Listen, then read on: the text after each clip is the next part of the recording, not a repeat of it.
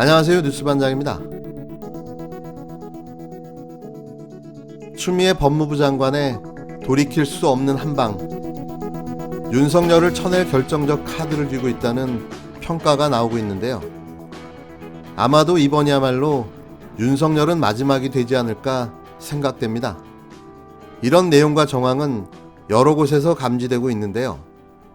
우선 추 장관의 전격적인 수사지휘권 발동에 대응하는 윤석열 청장과 대검의 입장을 보면 그전과는 확연하게 달라진 걸 알 수 있습니다.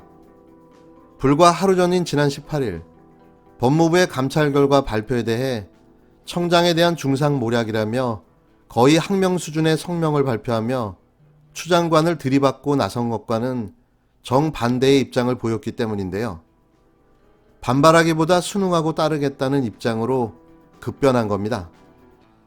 또 여당에서는 이와 관련해 법무부가 김봉현 전 모빌리티 회장을 조사하며 더 확보한 것이 있다는 식의 얘기가 흘러나오고 있는데요. 박주민 더불어민주당 의원은 20일 한 라디오 인터뷰에서 자필 입장문만 갖고 수사지휘를 한 것 같진 않고 감찰 과정에서 뭔가 좀 나온 것 같다며 전반적으로 입장문 내용을 뒷받침할 만한 것들이 좀 있다는 정도라고 전했습니다. 그러니까 추 장관의 이런 자신감은 윤석열 비위 정황을 포착한 걸로 보여지는데요. 여기에 더 나아가 윤석열 일가족에 대한 추가 제보와 첩보도 존재한다는 이야기마저 돌고 있습니다. 이러다 보니 상황이 반전된 건데요. 진짜 이번에야말로 제대로 한 방에 정리되길 간절히 기대합니다. 라임 검사 로비 사건에 관여된 검사들의 신상이 특정되며 마침내 공개됐습니다. 이들의 공통점은 지난 2016년 박근혜 정부 당시 제2의 중수부를 꿈꾸며 야심차게 출범했던 대검 부패범죄특별수사단, 약칭 부패수사단 출신 특수통 검사라는 점인데요. 또 이들은 한동훈 윤석열과 각별한 관계를 유지해온 한동훈 윤석열 라인이라는 공통점도 가지고 있습니다. 이 부패수사단은 2016년 1월 출범해 2018년 6월까지 2년 6개월여 운영이 되며 박근혜 정부의 고강도 사정에 전위부대를 자처해 왔는데요. 문재인 정부 출범과 함께 해체된 거죠. 라임 자산 운영사건 핵심 인물인 김봉현 전 스타모빌리티 전 회장의 검사 술접대 폭로 추사와 관련해 법무부가 연루검사 3명을 특정해서 수사를 의뢰한 가운데 이들의 과거 경력이 도마 위에 올랐습니다. 검찰 안팎 전원에 따르면 대부분 한동훈 검사와 직간접적으로 근무를 함께 해온 이들은 넓은 의미에서 윤석열 라인에 속하는데요. 최근 법무부는 김 전 회장을 상대로 사흘간 감찰 조사를 벌여 접대 의혹을 받은 검사들을 특정하고 서울 남부지방검찰청에 수사를 의뢰했습니다.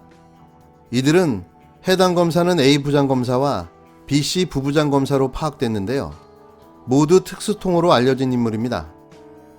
이들은 대부분 2016년 부패범죄특별수사단에서 근무한 경력이 있는데요.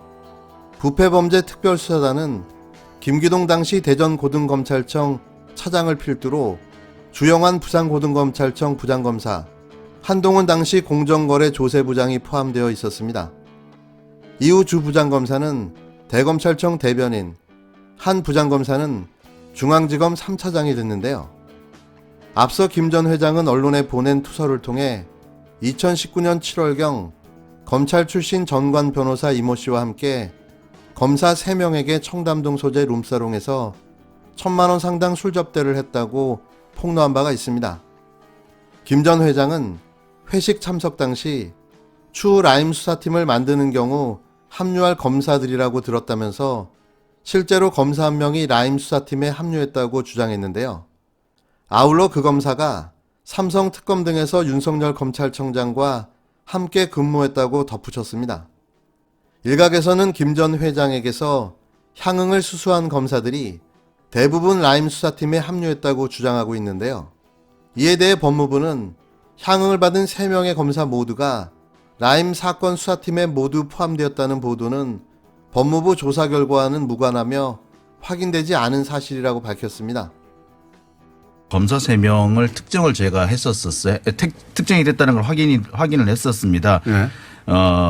현재 거기 라인부터 얘기해 보죠 그러면. 예, 지금 현재 부장검사 1명, 부장검사 2명인데 3명 모두 남부지검에 근무하고 있고 금융 관련 수사팀에 있는 것도 확인을 했습니다. A 변호사, 이주영 변호사의 말은 거짓이 됐네요. 그렇죠. 정관 출신 변호사들이다 이렇게 얘기를 해서 그다음에 이 세 사람들에 대해서 이제 원래 이분들이 이제 그 라임 관련 수사 팀에서 다 전원 3명이 다 소속된 건 아니다라고 얘기를 했는데 라임 관련 수사 팀이 아닐 수는 있겠지만 금융 관련 수사 팀에는 다 포함이 되어 있는 것으로 검찰 내부에서도 이거는 뭐 어쩔 수 없다라고 인정하는 분위기가 있는 것 같습니다. 오히려 지금까지 윤석열 총장이 이걸 뭉갠 게 아니냐, 올 것이 왔다, 뭐 이런 얘기도 들리는 걸로 알고 있습니다. 하지만 21일 TBS 김어준의 뉴스공장에 출연한 신장식 변호사, 장용진 아주경제 기자의 취재로 향응을 받은 3명의 검사 모두 라임 수사팀 검사로 확인됐는데요. 특정 검사의 이름도 다수 공개됐습니다. 특히 부장검사 출신의 정관 변호사로 알려진 A 변호사는 부패 수사단 이주영 전 검사로 확인됐는데요. 그러니까 남부지검이 온통 그들만의 소굴이었던 거죠. 또 여기에 조상원, 나의엽, 김용식 검사의 이름도 공개되며 파장이 커지고 있는데요. 이런 부패 검사들은 없는 죄도 만들어내고 있는 죄도 없애줄 수 있는 게 가능했던 거죠. 김 전 회장의 폭로가 점점 그 실체를 드러내며 영화 내부자의 현실판이 저희를 당황하게 만들고 있습니다. 21일에는 또 이런 일도 있었죠. 느닷없이 국힘당이 새로운 공수처법 개정안을 발의했습니다. 공수처 검사 기소권, 강제 이첩권, 재정 신청권 부여 조항을 삭제한 자체적인 개정안으로 영화배우 유호성의 형으로 유명한 유상범 의원이 대표 발의했는데요. 역시 국힘당 검찰 출신다운 의원의 발상이었습니다. 민주당이 국힘당 추천 없이 공수처장 후보를 추천할 수 있는 공수처법 개정안 처리 강행을 예고한 데 대해 독자 법안으로 대응한 것으로 풀이되는데요. 국힘당은 공수처의 수사 대상을 부패 범죄로 한정한 겁니다.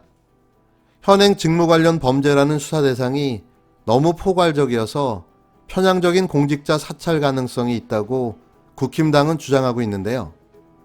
이어 공수처 검사의 기소권은 판사 검사와 달리 헌법적 근거가 없다며 삭제했습니다. 또 공수처는 범죄 수사 강제 이첩권과 재정 신청권도 삭제했는데요. 공수처가 검찰, 경찰 등 다른 수사기관보다 상위기관이 아닌데도 다른 수사기관을 상대로 강제 이첩권을 유지하게 되면 사건 은폐 우려가 있다고 주장하며 현행법상 재정 신청은 수사기관이 아닌 사건 관계인만이 할 수 있어 법리 충돌 가능성이 있다고 주장하고 있는데요.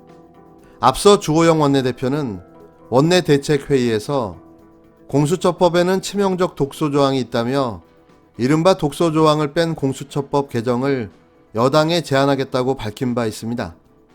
국힘당의 누더기 공수처법, 아무런 강제력도 수사권도 없는 말 그대로 만드나 마나한 공수처 개정안을 선보였는데요. 일고의 가치도 없습니다. 전형적인 물타기, 시간 끌기, 그 이상도 아닌 거죠. 지금 국힘당은 전 국민을 상대로 정치 쇼를 하고 있는데요. 왜 자신들이 해체되어야 하는지, 없어져야 하는지를 분명하게 보여주고 있습니다. 이들은 언제나 그래왔듯 자신들의 기득권과 부를 지키기 위해 존재할 뿐인 거죠. 그들이 국민을 무서워한다면 이런 일이 가당키나 할까요? 반드시 사라져야 할 적폐 집단이라는 사실을 다시 한번 느낍니다. 일고의 가치도 사실 없죠. 일고의 가치가 공수처, 없다고요? 네, 그러면 예를 들면 현재 공수처법을 그대로 통과시키는 전제로 특검을 얘기해도 실제 그 시간 끌기용으로서 저희가 받을까 말까 한 상황인데. 왜 시간 끌기라는 겁니까? 현재 지금 담당 검사들이 향 접대를 받고 기획 수사했던 의혹이 있고 정치 개입 의혹이 있고 표적 수사 의혹들이 있는데 이런 의혹들이 지금 바로 빨리 수사하지 않으면 증거들이 핵심 증거들이 사라질 가능성이 높지 않습니까? 그런데 이제 결국은 특검을 도입하려고 하면 우리가 과거의 특검 전례를 봤을 때 얼마나 많은 시간이 걸렸어요. 특검의 대상은 어디까지 할 거냐, 특검의 기간은 얼마 동안 할 거냐, 특검을 누구로 임명할 거냐. 그래서 한 2달 이상 걸릴 거거든요, 최소. 그 기간 동안에 항상 모든 그랬죠. 증거들이 없어지면 어떻게 합니까?